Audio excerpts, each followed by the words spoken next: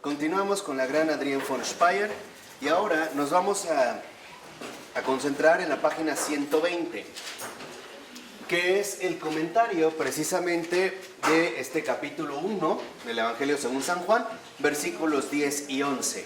Él era en el mundo y el mundo fue hecho por él y el mundo no lo reconoció. Vino a lo que era suyo y los suyos no lo recibieron. ¿No? Estos, digamos, los versículos en los que ahora se concentra Adrienne von Speyr. Y precisamente el subtítulo es la palabra no recibida. Entonces, lo primero que comienza diciendo, este es como un capítulo muy importante, muy sustancioso, es lo siguiente, dice Adrienne: el Señor vino al mundo y con él la gracia, la iglesia, la misión, los sacramentos. ¿Qué quiere decir? Que cuando el Señor vino al mundo, en este sentido, lo que trae con él es algo totalmente nuevo. Y en efecto, lo reitera Adrienne 3 renglones abajo. Dice, pues aquí no se trata de la vieja creación, que ciertamente también procede de Dios, sino de la nueva, de la esencial y definitiva creación que surgió con la venida del Señor al mundo. Entonces, ¿qué aparece con esta nueva venida, con la venida del Señor al mundo? Aparece una nueva creación. La creación fundamental, ¿no? La esencial, la definitiva. Dice a continuación, si alguien se hace cristiano, esto sucede únicamente por medio del amor del Señor. Por ese amor creador, el cristiano es el que es. Entonces, lo que trae el Señor con su venida al mundo es una nueva creación. Y esta nueva creación justamente consiste en el ser cristiano. Entonces, tenemos aquí una nueva creación. Esta nueva creación consiste justamente en el ser cristiano, que de hecho aquí lo fundamental radica en la primera palabra, en el ser, o sea, en un acontecimiento ontológico. Este acontecimiento ontológico es justamente la divinización, la cristificación. Y esta divinización precisamente se da a través de la gracia, la iglesia, la misión y los sacramentos. Entonces, esta divinización involucra 4 elementos: gracia, iglesia, misión y sacramentos. Esta nueva creación, en efecto, que consiste en el ser cristiano, que es un acontecimiento ontológico, esta transfiguración de la realidad caída, humana, este movimiento de divinización, involucra entonces la gracia, la iglesia, la misión y los sacramentos. Y es lo que el Señor ha traído consigo. Ahora dice, para llevar a cumplimiento esta creación se necesita solo una cosa. Fíjense, aquí viene la parte central. Para que realmente se lleve a cabo esta nueva creación, o sea, el ser cristiano, el experimentar este acontecimiento ontológico de divinización, que en efecto no es otra más que la participación auténtica en la gracia, la iglesia, la misión y los sacramentos, solo se necesita una cosa: que la gracia no sea rechazada por el hombre. Aquí es donde encontramos la clave. ¿Por qué no se lleva a cabo esta nueva creación? Porque el hombre rechaza esta gracia. Entonces dice Adrienne, lo único que se necesita para llevar a cabo a cumplimiento esta creación es que el hombre no rechace esta gracia. Fíjense, dice a continuación, él debe dejarse asumir en el interior de la creación de Dios para transformarse él mismo en esa nueva creación. Todo está allí, todo está preparado: gracia, fe, amor, esperanza y misión. Toda la vida nueva está preparada hasta en sus detalles. El marco está armado. Las fuentes de la nueva vida ya comienzan a fluir. Entonces, aquí vemos que en realidad esta nueva creación involucra la aceptación del hombre. O sea, el no rechazo de la gracia.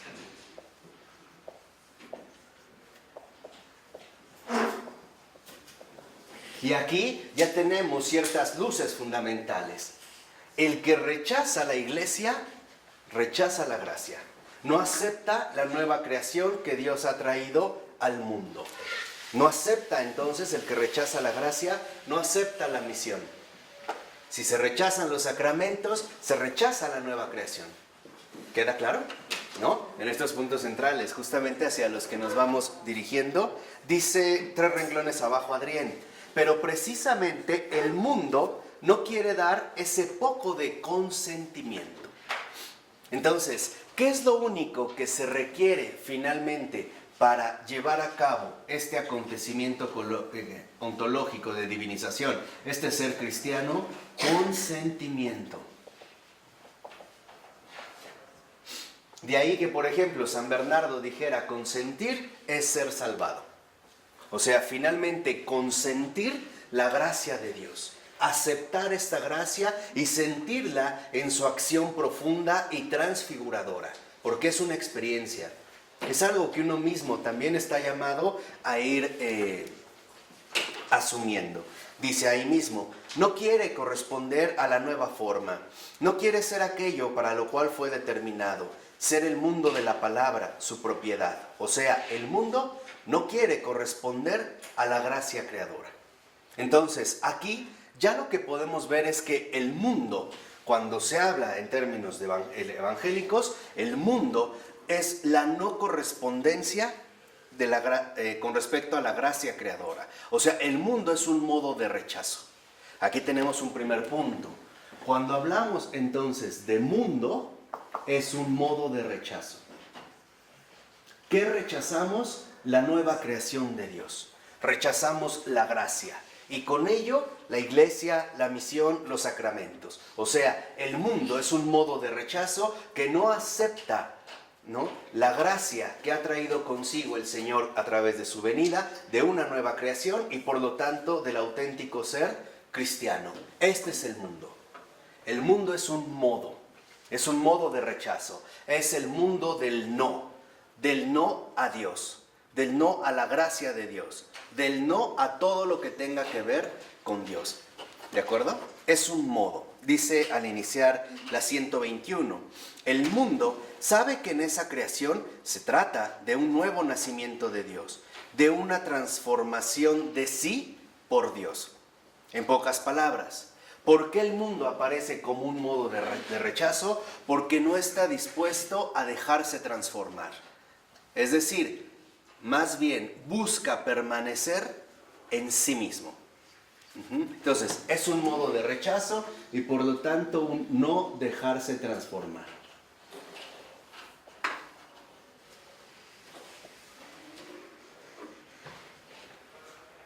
Aquí es cuando vemos que se habla en sentido negativo del mundo, como un modo de rechazo, un no dejarse transformar.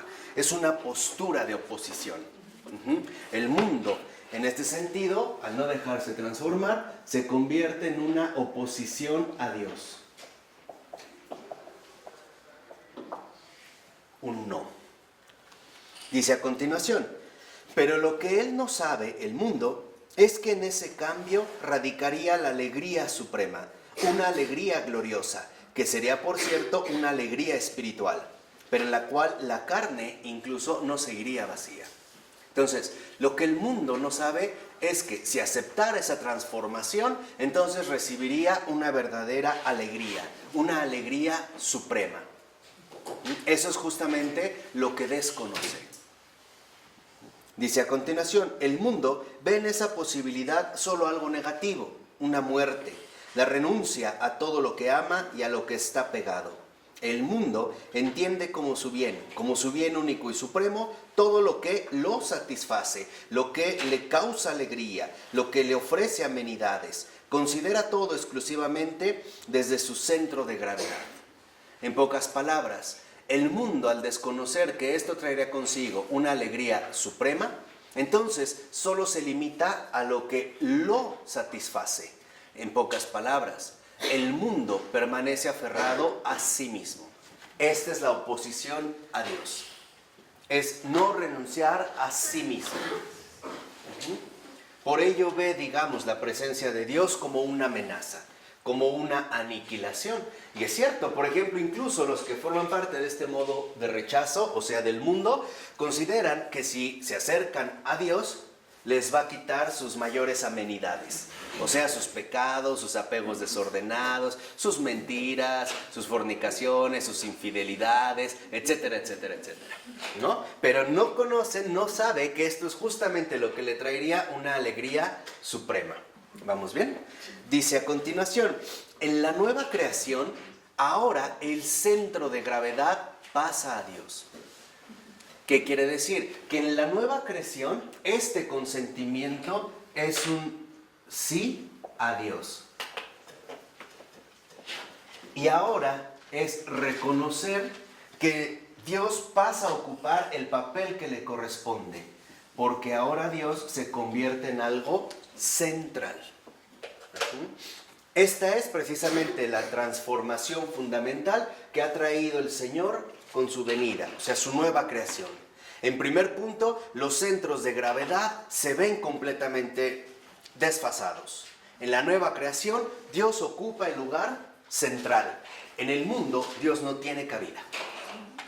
Va a quedar finalmente en este sentido excluido, rechazado, no aceptado. Dice a continuación, el peso central cambia de lugar. El bien verdadero es Dios y Él es la alegría verdadera. Entonces, ¿qué significa?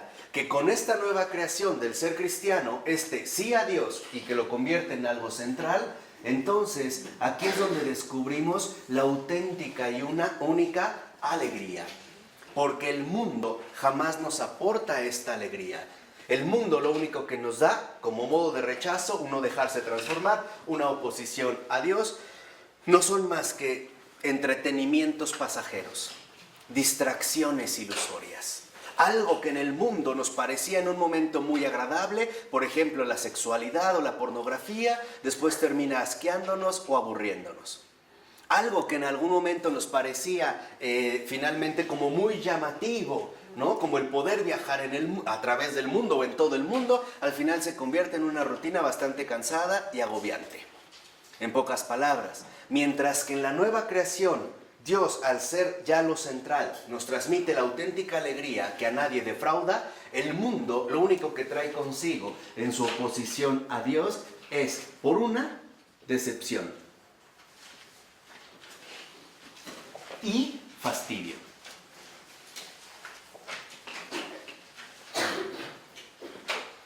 Por ello, no es casual que incluso hoy en día se hayan desarrollado tantas nuevas drogas. ¿Para qué? Para tratar de evadir la decepción y el fastidio que al final siempre están presentes en el mundo. Entonces, aquí es donde se ha dado el cambio del peso. Y dice, pero eso es lo que el mundo no quiere. O sea, el mundo es ciego. El mundo no quiere esta alegría suprema y prefiere quedarse encerrado en su propia indigencia, en su propia ilusión. Dice, en eso es carne y nada más que carne. El mundo nuevo que el Señor trae es espíritu, en el que también la carne encuentra su orden y su disposición. Entonces, lo primero ahora que entendemos es que en efecto esta alegría brota del espíritu. Pero es un espíritu que no deja sin tocar a la carne, sino que también se va finalmente, ¿no?, a encarnar. Aquí no. Aquí lo único que queremos en este sentido es la inmediatez de lo carnal. O sea, todo aquello que nos satisface de inmediato, aunque después nos decepcione. Es curioso, ¿no?, ver, por ejemplo, cómo alguien que bebe demasiado en las primeras copas se alegra, pero después está llorando. ¿No? Ese es como un ejemplo muy claro. Al principio, una gran euforia, o el drogadicto, ¿no? Consume un poco de sustancia y se anima, pero después está todo espantado, ¿no? O como loqueando, ¿no? Ahí medio raro. Aquí es lo que vemos, o sea, para evitar la decepción y el fastidio, esto es justo lo que el mundo no quiere. Reconocer, en pocas palabras, que esta nueva creación nos viene a recordar algo fundamental. Nosotros no solo estamos llamados a vivir en lo material, estamos llamados también a gozar de lo espiritual. Pero al mundo, en este sentido, en este modo de rechazo, no le interesa. Por eso dice a continuación Adrián, de este modo, el mundo no lo reconoció. Ahora ya queda claro por qué. Dice, no se reconoce a Dios si uno se ubica a sí mismo entre Dios y el propio yo. En tanto el peso esté en el yo, se ve a Dios únicamente a través de ese yo. Se lo considera una función para las satisfacciones más burdas y más refinadas del yo. O sea, se lo incorpora a los propios cálculos. Entonces, primera, el mundo también es el mundo basado ante todo en los cálculos. Y por lo tanto, Dios solamente entra en juego en tanto forma parte de determinados cálculos. Un ejemplo, yo no tengo a Dios como lo central, pero si tengo una dificultad, voy a recurrir a Él, porque en mis cálculos está que probablemente pidiéndole a Dios yo obtenga una ganancia. ¿Qué quiere decir? Que en realidad entonces Dios no es algo más que superfluo, un lujo, del cual en efecto se puede prescindir. Y esta es de hecho, por ejemplo, una de las más sutiles tentaciones del maligno. Cuando el maligno le dice a Jesús, dile a esta piedra que se convierta en pan, lo que le está diciendo es, únicamente vive según el modo del ¿qué? Del mundo. Dios sí existe. El demonio jamás niega que Dios exista, Aguas. Para el demonio está claro que Dios existe, pero también está claro que no es necesario, que puede ser un lujo superfluo. En pocas palabras, que en lugar de ser lo central, Dios más bien debe quedar en último ¿qué? Lugar. Y el ejemplo ahí es muy claro. Dile a esta piedra que se convierta en pan. O sea, la tentación del maligno va contra el estómago. Y dejar al último el ¿qué? El espíritu. Lo que hace Jesús es revertir. Y dice, no solo de pan, o sea, está diciendo, sí, es importante, pero no es lo único. No solo de pan vive el hombre, sino de toda palabra que sale de la boca de Dios. O sea, está diciendo, es que no es esto lo central. Lo central radica en el ¿qué? En el espíritu, porque Dios es espíritu. ¿Vamos bien? Dice a continuación, quien hace eso no conoce a Dios. O sea, el que realmente incorpora en su vida a Dios para lograr alcanzar ciertos beneficios o obtener ciertas cosas o cumplir con ciertos cálculos, no conoce a Dios. Y dice Adrián, porque Dios es amor, solo conoce a Dios quien ama. Un Dios que existe solo para mí no sería Dios. Así de sencillo. Un Dios que existe solo para mí no sería Dios. Sí, ¿no? Estaría reducido únicamente a mi propia medida. Por eso los que dicen, no, yo sí creo en Dios, a mi manera, no a mi modo, yo tengo mi Dios. ¿Quién sabe de qué están hablando, No sé cuál sea ahí su imagen que tengan de ese Dios extraño, que es tan Dios, tan Dios, tan Dios, que con Él tiene. No da para más, ¿no? O sea, ese es el Dios fuerte que con uno se acabó. Dice a continuación, pero también existe la posibilidad de ver a Dios, de ver en Dios a un sustituto. Y aquí entra en una cuestión más peligrosa. Entonces, Dios dentro del mundo es parte del juego de los cálculos, pero también Dios aquí puede aparecer como un sustituto. Fíjense en qué sentido. Dice el texto, si alguien ha perdido al ser más querido, para quien única y solamente ha vivido, entonces surge en su alma un vacío infinito. Y desde ese vacío grita a Dios. Son las personas que dicen, a partir de una pérdida muy fuerte, me acerqué a Dios. No es cierto. Lamento decepcionarlos, no se acercaron a Dios. Únicamente quisieron adquirir un ¿qué? Sustituto. Vean lo que dice Adrián. Quisiera esta persona que Dios llenase ese vacío. O sea, solamente vemos a Dios como un relleno. Como alguien que en último término puede llenar este vacío que tal ausencia o tal pérdida han dejado en mi vida. Por eso hay gente que lo ha perdido todo y ahora busca el refugio ¿en qué? En Dios. Pero en realidad no está buscando a Dios. Está buscando llenar ese vacío. Y eso es lo que va a tratar de encontrar aquí. O sea, este sustituto que únicamente lo va a llevar a llenar un vacío. Dice Adrián, puede ser que desde esa necesidad real se manifieste un camino hacia Dios, o sea, que se dirija, que sea posible un conocimiento de Dios. Pero también es real que puede suceder que ese Dios implorado sea un sustituto pasajero, que será nuevamente olvidado tan pronto otra cosa mundana llene el vacío originado. Entonces, claro, mientras estoy de luto porque perdí a mi esposa, entonces me acerco mucho a Dios para llenar este vacío. Conocí a otra persona y Dios se me olvidó. Ya, era un relleno. Entonces, como ya encontré otra almohada para llenar el vacío de mi cama, pues a Dios lo boto, ¿no?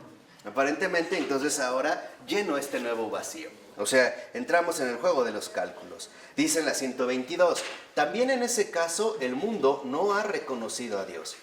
Cada vez que Dios es solo una función del yo mundano, Él permanece desconocido. Igual si es una función de las necesidades religiosas. En pocas palabras, hay quienes dicen creer en Dios porque es parte de la necesidad religiosa del hombre. Pero en realidad no porque les interese comulgar con Él. Es para llenar otra vez ese vacío. O sea, una función del yo mundano, como para sentirse plenamente ¿qué? Completos, llenos, satisfechos de sí mismos. Yo no creo en ninguna iglesia, en ninguna religión, yo tengo mi Dios personal, o sea, como que tengo cubiertos todos los terrenos, ¿no? No soy religioso, claro que creo en Dios, ya llené este hueco, ¿no? Y lo voy a tratar ahí de acomodar a mi manera. Dice, pues el hombre puede idearse un Dios que calme la necesidad religiosa que hay en él. Del mismo modo que el pan calma su hambre o como un compañero calma su necesidad erótica. En pocas palabras, únicamente Dios sería un pretexto para satisfacer nuestro propio egoísmo. Y ese es del otro modo. Dios también, además de sustituto, se puede convertir en un pretexto.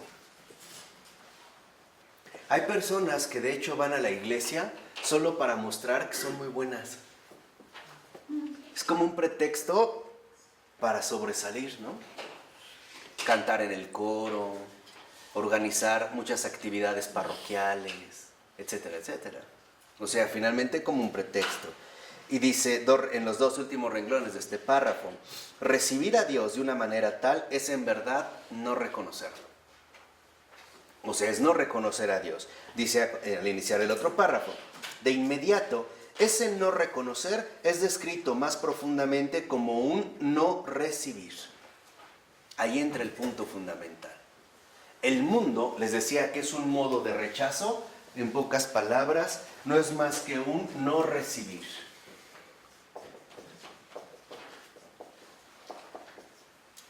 Esta es la clave del mundo. Consiste en un no recibir. Dice, los hombres no reciben a Dios porque no lo desean. Por eso, porque en realidad no lo deseamos. Esto no es desear, esto es utilizar. Esto es utilizar. Esto es utilizar. Esto es utilizar. Eso no es desear. Y dice finalmente en este sentido Adrián, ellos, los hombres del mundo, solo desean lo que ellos mismos pueden formar y crear. En pocas palabras, el mundo solo se desea a sí mismo. Lo mismo que los hombres del mundo, solo se desean a sí mismos. Solo se aceptan a sí mismos. Un ejemplo muy sencillo, para que vean esta actitud, este modo. ¿Para qué me voy a confesar? Si Dios sabe mis pecados, ¿no? Así de sencillo. Esa es la postura en el mundo, ¿no? ¿Para qué? Si Dios sabe mis pecados, más ya casi se los dije, ¿no? Él mismo me absolvió, ¿no? Quién sabe qué hizo, pero ahí está. O sea, no voy a aceptar otra cosa. Dice a continuación, en el siguiente renglón, en cada amor se comportan de este modo. Fíjense, ahora cómo se comportan los hombres del mundo, de esta manera, dice. Al inicio parece que están prontos a dejarse dilatar en todos los aspectos. Por ejemplo, en el matrimonio. O sea, al principio súper atentos, ¿no? Amables, cordiales, entregados. Yo te llevo el desayuno a la cama, ¿no? No hagas nada, yo hago todo, dice Adrián. Pero cuando la exigencia se hace seria, inmediatamente se retraen. En pocas palabras, cuando se empiezan a dar cuenta que el amor también es exigente con ellos, ya no les gustó. Ahí sí ya no.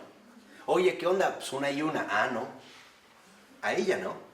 Ahí empiezo a retraerme. O sea, finalmente me he hecho ¿qué? Para atrás, ¿no?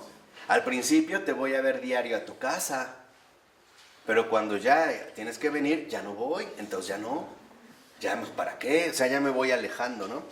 Y dice, en tanto van al encuentro de Dios con las propias medidas, pesos y exigencias, no puede decirse que reconocen a Dios. En pocas palabras, finalmente el mundo no conoce a Dios. Lo dice 2 renglones abajo. Esto, por ejemplo, el reconocer a Dios, puede ser el llamado a estar pronto o una exigencia indefinible y poco clara. O sea, yo sé que Dios me exige algo, ¿pero qué? No sé, no sabría decirlo de manera clara.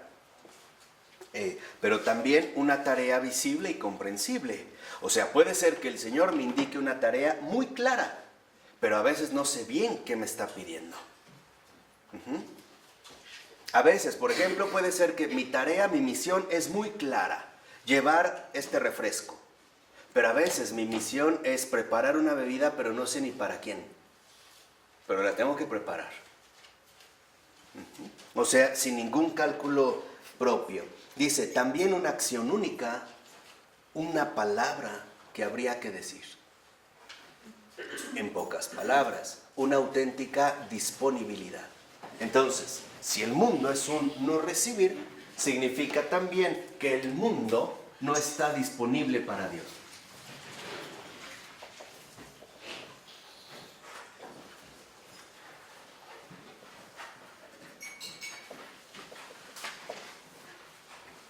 En cambio, en la nueva creación, esta aceptación del hombre no es más que pura disponibilidad.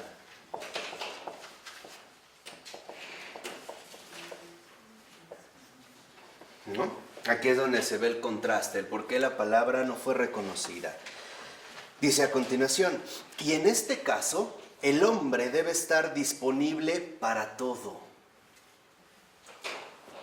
Disponible para todo. Y ojo, no solo disponible para sufrir, también estar dispuesto a ser sorprendido en una alegría impensable. Porque hay que decir algo, al menos en México hay una tendencia clara al dolorismo.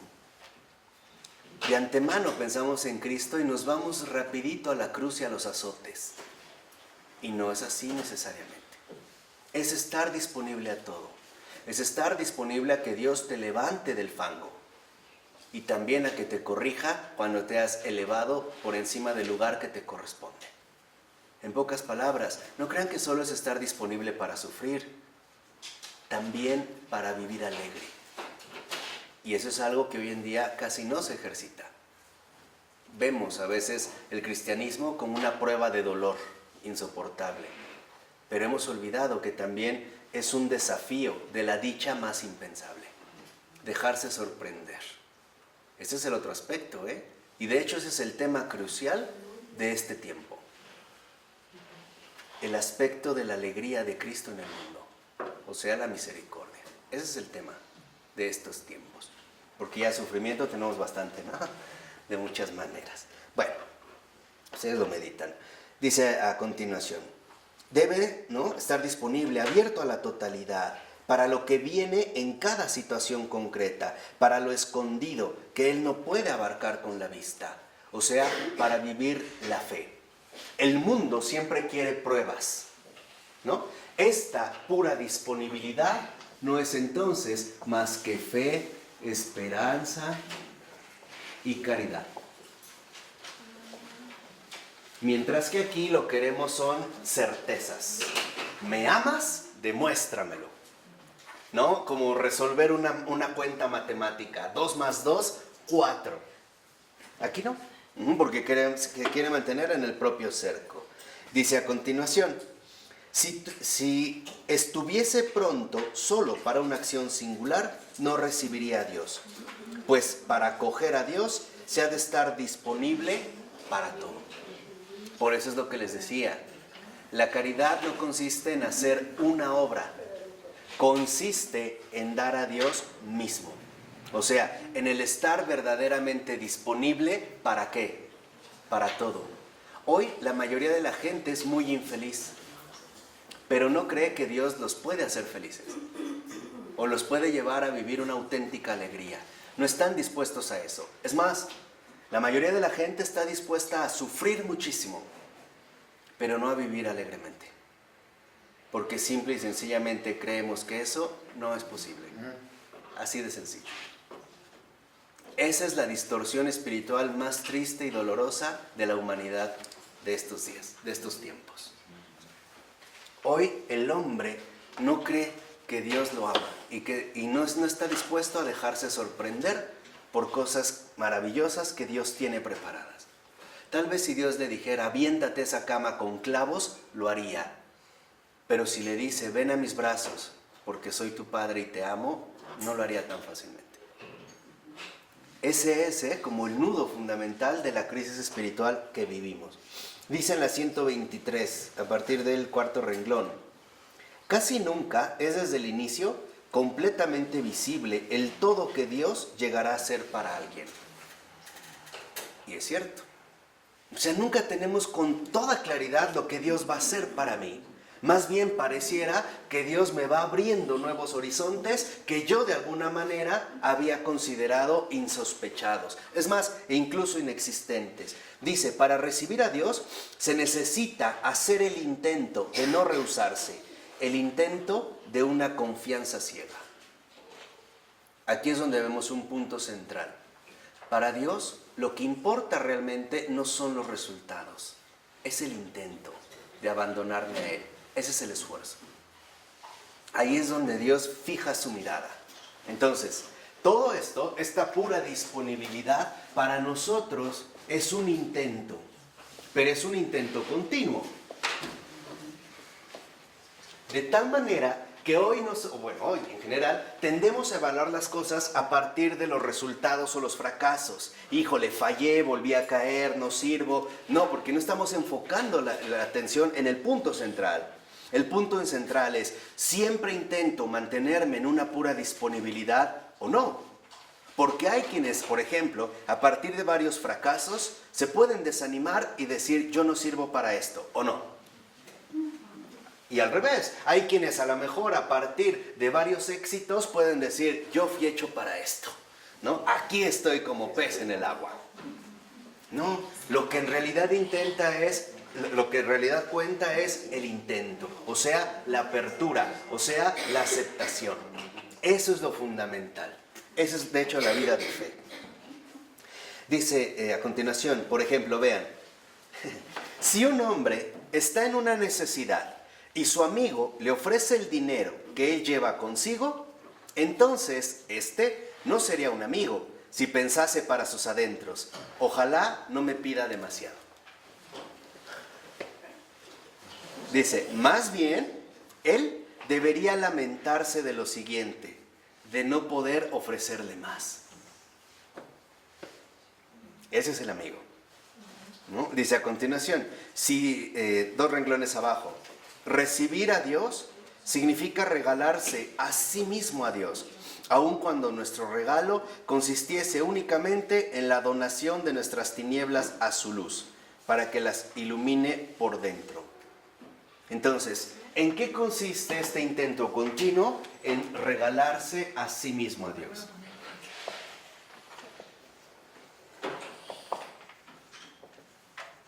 O regalarse uno mismo a Dios. Ese es mi intento.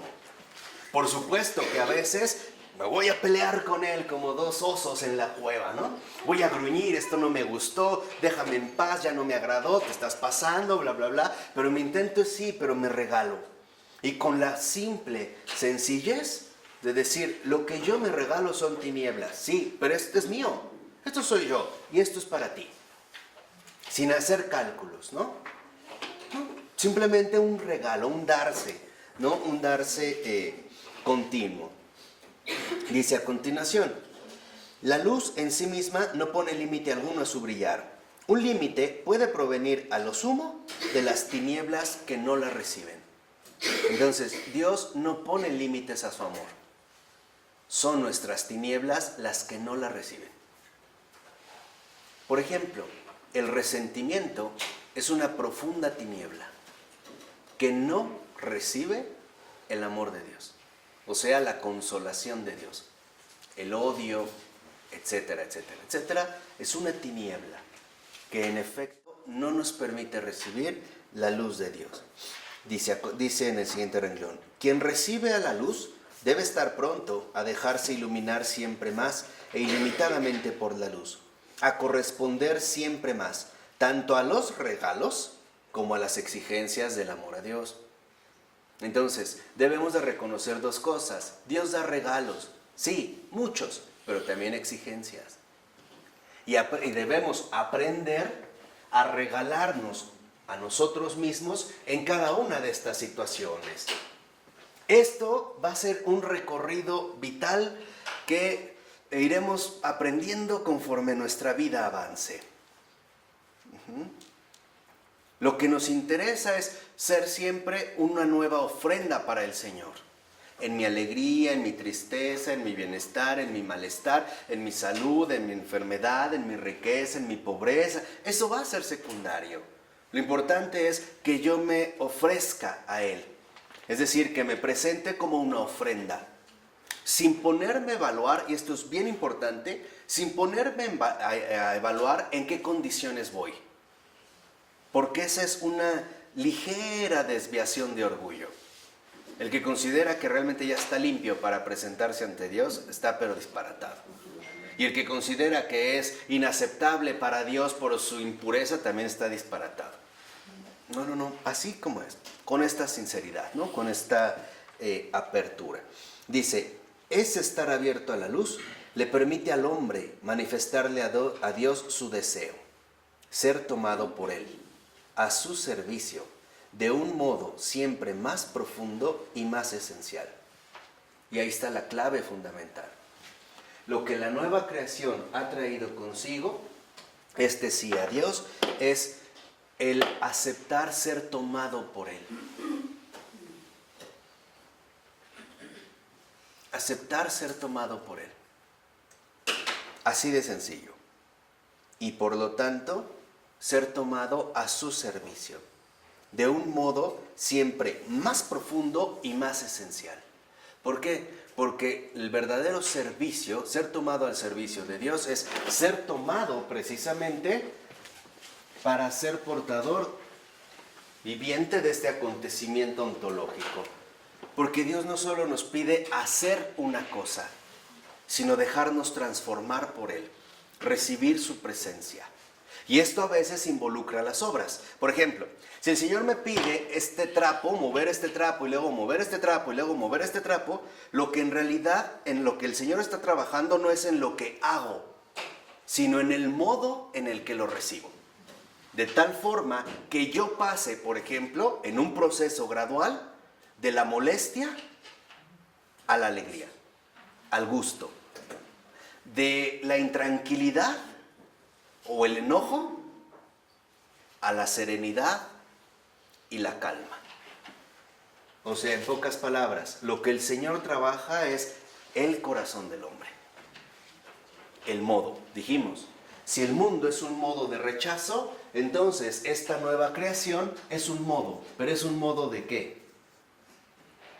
¿De aceptación? ¿De aceptación?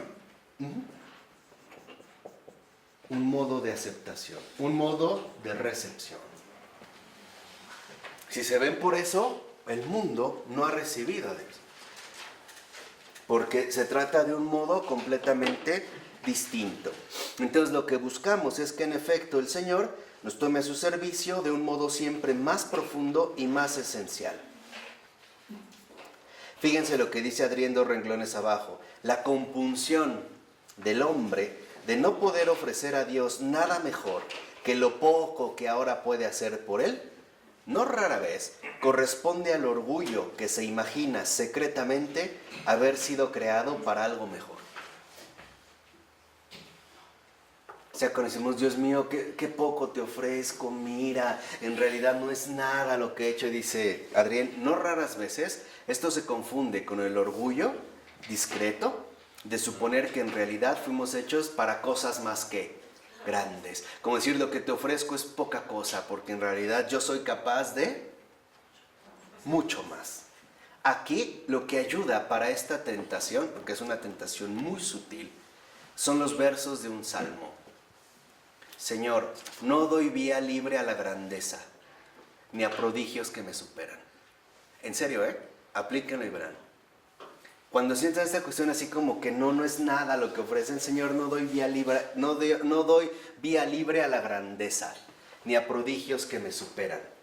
Me mantengo tranquilo como un niño en los brazos de su madre. Pero al menos díganlo primero. Con eso tienen. Señor, no doy vía libre a la ¿qué? A la grandeza, ni a prodigios que me superan. Y así mantener la paz, ¿no? Mantener la firmeza de corazón. Dice a continuación, pero no es tampoco la propia capacidad de recepción la medida de la misión, tampoco la suma de lo que nosotros sería capaz de ser usado y aprovechado. La medida es únicamente la necesidad de Dios. Ahí está lo fundamental. Mi intento continuo de ofrecerme a Él es porque en realidad lo único que cuenta en este modo de aceptación es la necesidad de Dios. Esto es lo central.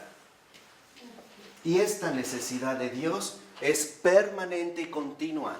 No importa, por ejemplo, si caí o fracasé, pequé. Mi necesidad de Dios me lleva a recurrir a su misericordia. Si me enorgullecí, me inflamé, etc., mi necesidad de Dios me lleva a mi corrección. Bendición y corrección. Dulzura y severidad. Bendición y exigencia. De tal manera que si me creo menos de lo que soy, mi necesidad de Dios me lleva a ordenarme más. Y por el contrario, si me pasé de la raya y ahora me creo mucho, mi necesidad de Dios me lleva a ordenarme. Entonces, lo único que en realidad forma parte central del ser cristiano de esta nueva creación es la continua e invencible necesidad de Dios. Es la necesidad de Dios en todo y para todo. En todo momento, bajo toda circunstancia, con una sana cordura. Esto es, digamos, el punto central, ¿no? El punto radical. Dice en la 124, al iniciar el segundo párrafo. El mundo que no conoce al Señor son aquellos que lo rechazan en una ausencia total del conocimiento. Fíjense. O sea, los que no conocen al Señor son los que en efecto lo rechazan porque no lo conocen para nada. O sea, son los que no han oído hablar de Él, nadie se los ha presentado, no han tenido, digamos, acceso a Él. Los suyos que no lo reciben son aquellos que ciertamente han escuchado y saben de Él, pero por cálculo y con premeditación se cierran a Él. Entonces están los que no lo conocen, están los suyos que no lo reciben. Entonces una cosa es no conocer al Señor, otra cosa es no recibirlo. Aquellos que se hacen como de la vista gorda, como, sí he escuchado hablar de Él, pero bueno, yo sigo mi camino. Y dice, la mayoría de los hombres, hoy casi todos, han sentido hablar de Él, pero se cierran de antemano al contenido de la palabra de Dios. ¿Por qué? Porque piensan que en efecto Dios es un lujo para el más allá. Para los últimos momentos de mi vida, cuando esté viejito, y entonces ahora sí, busquen mis cálculos llenar el vacío de mi propia existencia y tenga un pretexto para acudir a un determinado sustituto. Dice en el último párrafo. Ahora bien, ese mundo que no conoce y por eso rechaza al Señor, rechaza y por eso no conoce al Señor. Es su propiedad, son los suyos. Lo es porque el mundo fue creado por Él. Y lo es además porque el Padre se lo ha regalado al Señor. Y vean lo que dice Adrián. Este mundo es un extraño regalo. el que aquí el Padre hace a su Hijo, pues le regala como su propiedad lo que no quiere saber nada de él. Es chistoso, ¿no? El regalo del Padre es este mundo que no quiere saber nada de él. Lo que siente el mundo, una antipatía mortal hacia él. Fíjense, el Padre le regala al Hijo el mundo no convertido, un mundo imposible, completamente insoportable. Ese es el regalo del Padre, ¿eh? Dice, le regala a su Hijo aquella viña y hacia ella lo envía, cuyos viñadores solo meditan cómo matarlo. De hecho, en el momento que le ofrece ese regalo, lo entrega a sus propios enemigos. A ese mundo que no quiere saber nada de él, el Hijo debe transformarlo en uno que sea y quiera ser real e interiormente su propiedad. Entonces, fíjense, el regalo que el Padre da al Hijo es entregarlo literalmente en las manos del enemigo. Ese es el regalo.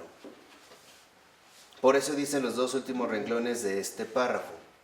Dice a continuación, lo que Él restituye al Padre es un mundo que no está más sin acceso al Padre, en el que hay al menos una semilla, una posibilidad de recibir a Dios.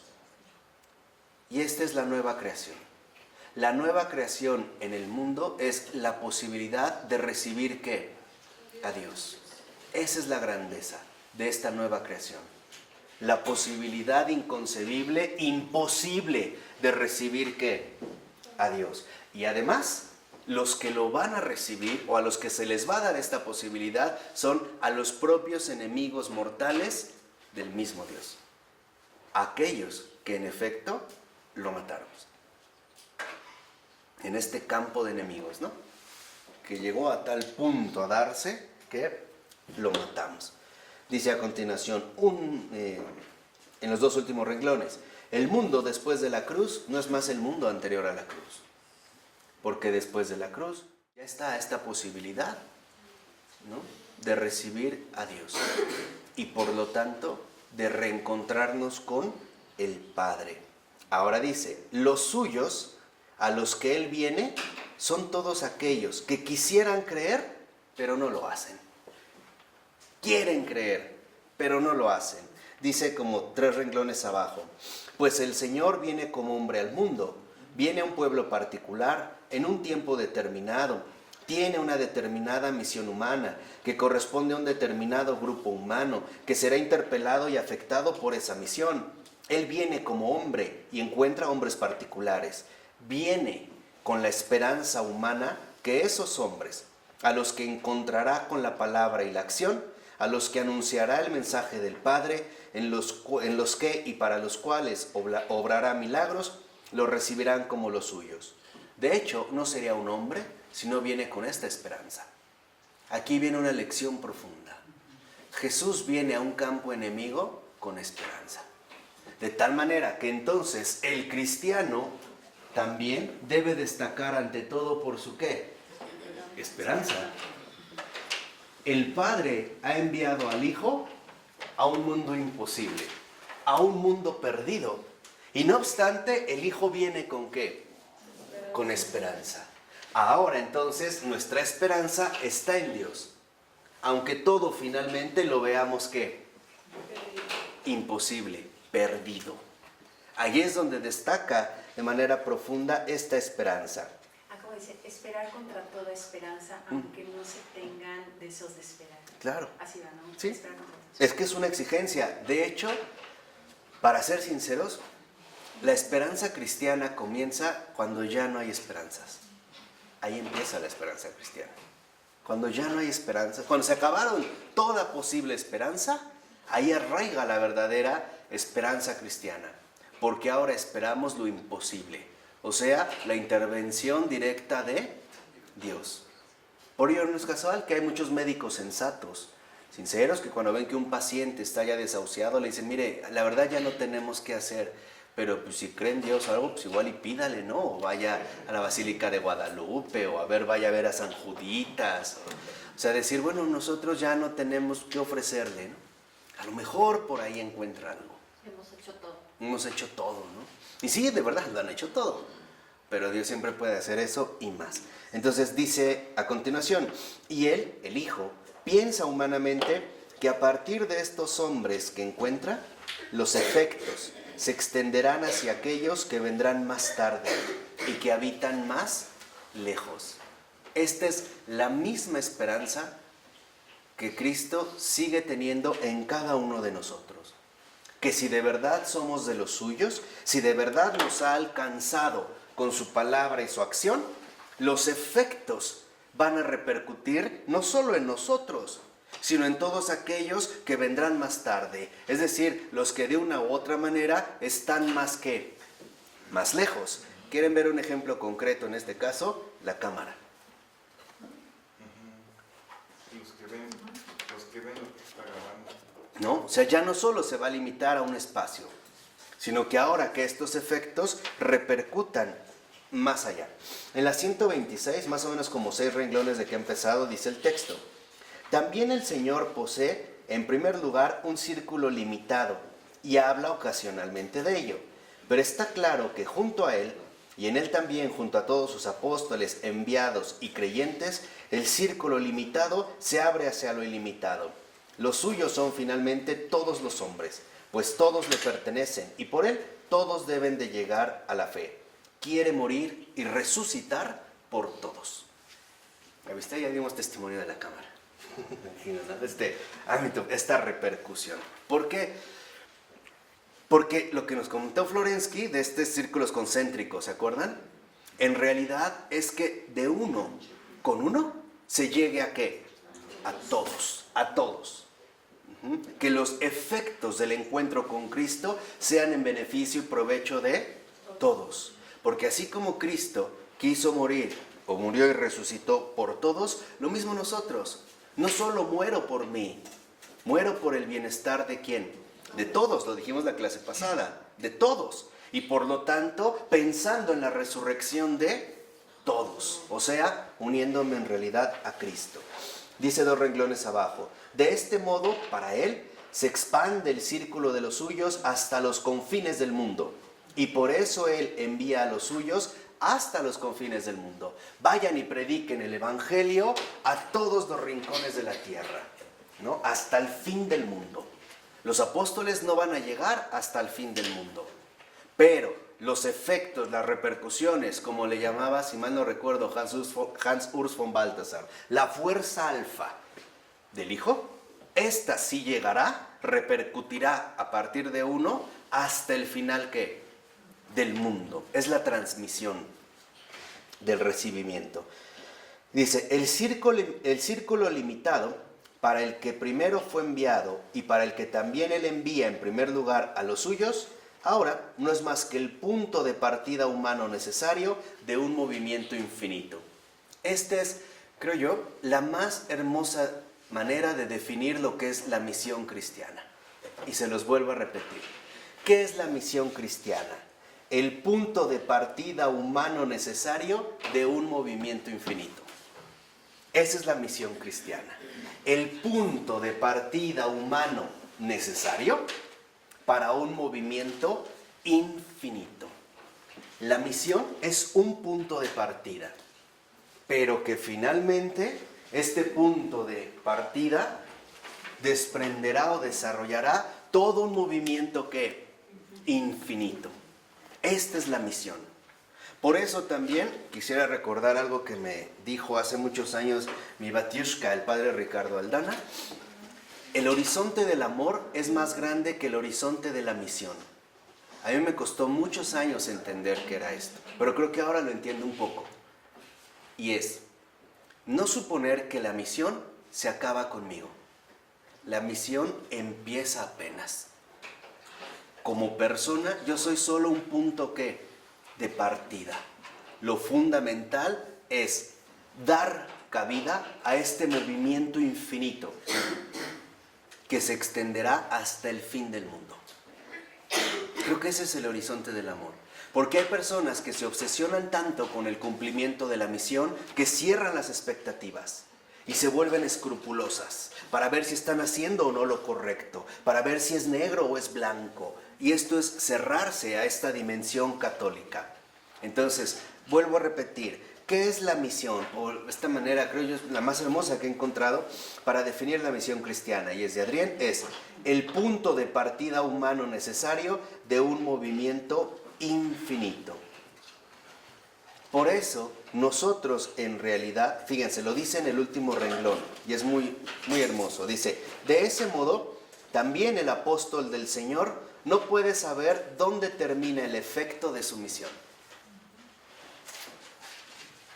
No podemos saber hasta dónde va a llegar. Nos lo pueden preguntar a Ron y a mí, ¿verdad? Empezó de una manera insignificante. ¿No? ¿Qué sucede? ¿Quién sabe? Entonces, reconocer que cada uno de nosotros es un punto de partida de un movimiento infinito. Esto es central. Un punto de partida. Finalmente, ¿no? Un punto de esperanza para el mundo entero. Por eso hoy hemos destacado la esperanza. Entonces, ¿qué espera la humanidad? Un punto de partida humano para el inicio de un movimiento infinito. O sea, este punto de partida no es más que el comienzo nuevo, el retomar de nuevo, más bien, el retomar de nuevo la misión salvadora del Señor, que se renueva época con época, generación con generación, contexto tras contexto, persona tras persona. Ser precisamente este punto de partida. Por eso dice, fíjense, al iniciar el otro párrafo, que es el último, es corto, nuevamente, pero me agradó, no sé ustedes, pero es como mucha luz. Dice, los suyos son por último todos aquellos a los que el Señor tiene algo para dar. Y aquí es donde entra fundamental. Si ya vimos que para el Señor todos son suyos, quiere decir que a todos y cada uno tiene algo para qué, para dar. Dice, por su gracia ellos se hacen suyos. Por ella reciben el sello que los distingue como los suyos. Esto no excluye que ellos son a la vez los que no le han recibido. El Padre se los ha dado antes de que ellos se determinasen a recibirlo o no. Y porque el Padre se los ha dado, el Señor toma posesión de ellos como los suyos. Muchos de ellos saben que son los suyos. Otros no se interesan en ello. Otros no lo saben para nada. Y otros lo rechazan. Aquí hay estas 4 opciones. Primera, saber que somos suyos, por decirlo así. 2, interesarnos en esta posesión. 2, desinteresarnos en esta adopción. O 3, rechazarlo de manera tajante. Así, ¿no? Serían, digamos, como a grandes rasgos las 4 opciones. Dice, todos llevan en su equipaje de vida ese regalo del Padre, pero muchos no sospechan lo que llevan consigo. El Padre, fíjense, el Padre no les regala a su Hijo en vista de la recepción que ellos harán de Él. O sea, no dice, a ver, se los doy, a ver en qué manera lo reciben. Dice, sino únicamente en previsión de que el amor del Hijo por los suyos será mayor que el rechazo de ellos. Por eso el Hijo es la garantía del mundo, porque el amor de Dios, del Hijo de Dios, es más grande que el rechazo del mundo. Entonces, ¿qué es lo que, ojo, el Señor no anuló el rechazo del mundo, simplemente lo superó, porque su amor es más grande que cualquier oposición, que aquí lo dijimos, ¿no? Esta oposición a Dios no es nada comparado con el amor de Dios. No es nada. Y ahí sí lo vence. No rechazándolo, desbordándolo, ¿no? Desde dentro. Dice, mayor incluso que toda la tragedia y el fracaso del no ser recibido. Este amor que es mayor que el fracaso, incluso la tragedia del no ser recibido. O sea, tú no me recibes, yo te he vencido. Yo he vencido tu rechazo. Y aquí Adrien nos da un punto central, que es la parte objetiva. Dice a continuación, los hombres siempre piensan que pertenecen a Dios en virtud de su consentimiento. O sea, que yo determino qué tanto pertenezco a Dios. Falso. Porque esto sería, finalmente, confundir el triunfo de Cristo. Yo no determino esta pertenencia. Cristo me ganó, aunque yo ni cuenta me dé. ¿Qué quiere decir? Que en último término hay todavía más esperanza. Dios ha arrojado un punto de luz extraordinario, no dejando al hombre a sus propias posibilidades, porque su creador es débil y se equivoca. Ahí es donde viene esta gran esperanza de la redención. Y dice, de los que estaban en torno a la cruz, no dice, pero se puede pertenecer a Él en virtud de la redención del Señor, sin que el hombre mismo lo sepa. Aquí es la otra parte. Por eso cuando decíamos, bueno, ¿y los que no están bautizados? Claro, porque participan, aunque no lo sepan, de la redención del Señor. Para los bautizados la exigencia es triple, porque se supone que lo conocen, se supone que lo escuchan, peor aún, se supone que lo reciben. Para nosotros la exigencia es mucho mayor. Pero entonces, ¿se puede pertenecer, aún sin saberlo, a la redención de qué? De Cristo. Ahí es hacia donde se dirige toda nuestra ¿qué?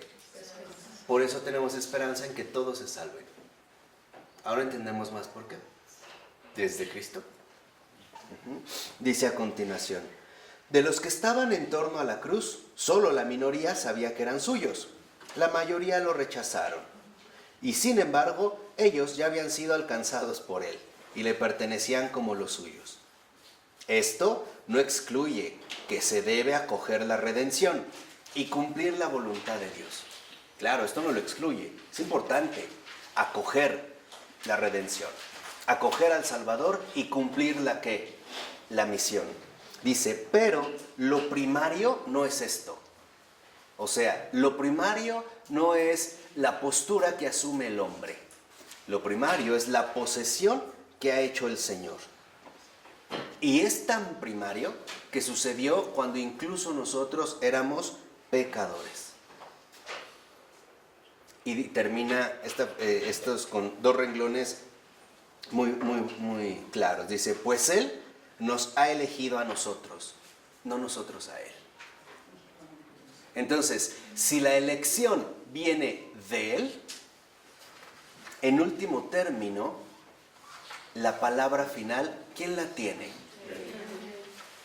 Ni siquiera nosotros. ¿Qué quiere decir?